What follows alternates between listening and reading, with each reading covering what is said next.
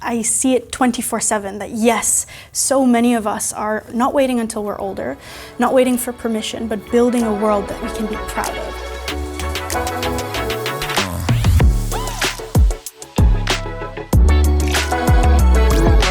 Hi, my name is Melati. I'm 24 years old and a recently published author of Change Starts Now, where I share 100 lessons of everything that I learned having started an environmental organization at the age of 12 through to 24 at Youthtopia.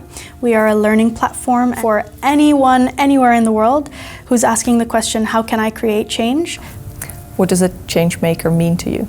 To me, a change maker is anyone who wakes up in the morning and thinks, how can I make the world around me just a little bit better? Who inspired you to become a change maker? Growing up on the island of Bali, this connection to nature at a very early age, we saw how much beauty the natural world had, but also the ticking clock of the destruction we were causing to our environment. As we were growing older, the problem of plastic pollution was getting bigger and bigger. And so at the age of 12 years old, together with my 10-year-old sister, I think being that young, it's also simple. We saw a problem and thought, enough is enough, what are we going to do about it? There is this lifestyle on the island of Bali called Trihita Karana. You live in harmony with the people around you, you live in harmony with the natural world around you, and you have this awareness of self. But in today's modern life and the world that we've built, we've definitely forgotten it. The gap between our connection to nature is growing bigger and bigger. And I'm a big believer that that's also the reason why we are not doing everything in our power to connect it. We cannot protect what we don't love, what we don't know.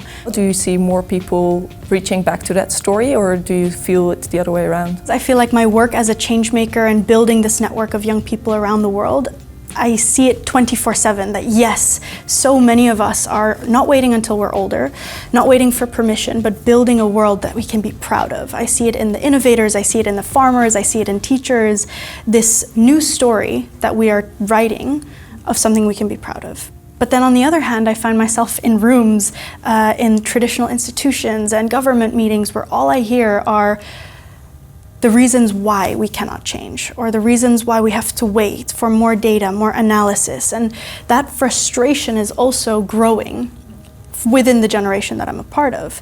We know that business as usual can no longer exist. We know that at the current rate we're going with the lifestyle we've created, we need 1.7 planets to sustain this lifestyle, where we don't have 1.7 planets. We have this one big, beautiful blue home.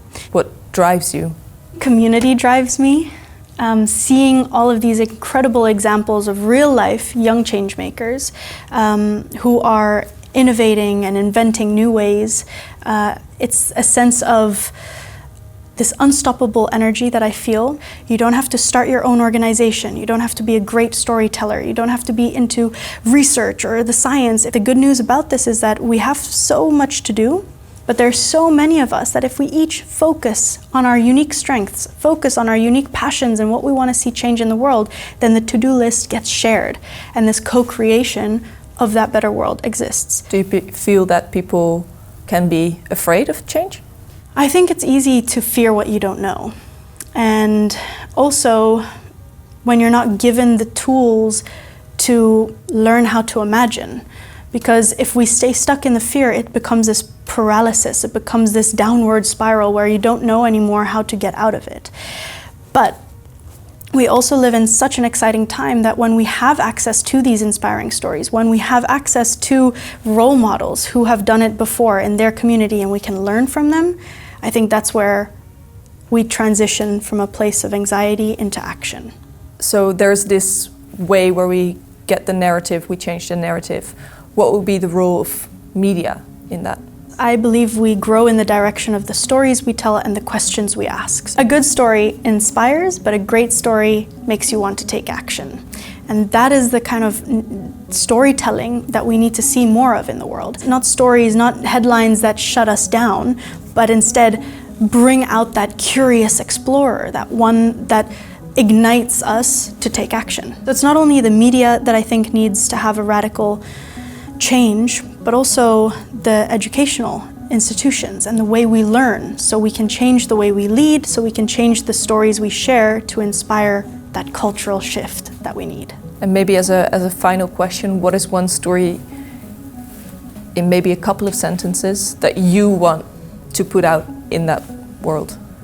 Okay, one of the stories that I'm currently obsessed with is the story of a hummingbird. You have to imagine the most healthy, biodiverse rainforest with all the insects, the bugs, the lions, the animals, and this rainforest sets on fire. All the animals run out of the rainforest to the nearest watering hole.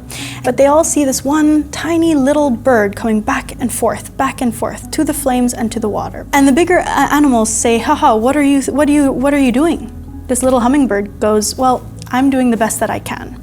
Now I think that this is one of the most powerful stories that we can also apply to the real world, because how many lions and elephants and tigers do we have that are standing on the sidelines that have so much potential to create change, but instead, who are the actors? All the little hummingbirds going back and forth. Imagine we had 1,000 hummingbirds and 1,000 little monkeys going back and forth. Remember, no matter how small you are or where you are in the world, we all have a role to play.